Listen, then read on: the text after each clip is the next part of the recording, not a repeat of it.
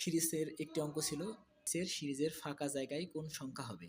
সিরিজটা ছিল 243, 81, ফাঁকা জায়গা, তারপর 9, 3 এবং 1।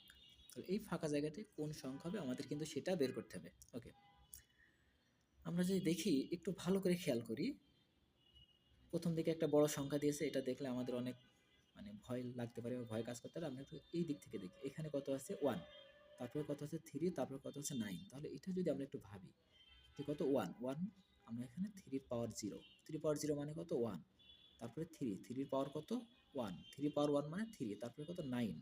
তাহলে 9 হলে কত হয় 3 উপরে স্কোয়ার। ওকে, তাহলে কি দেখতে পাচ্ছি 3 পাওয়ার 0, 3 পাওয়ার 1, 3 পাওয়ার 2, তার মানে এটা অবশ্যই 3 পাওয়ার কত হবে 3।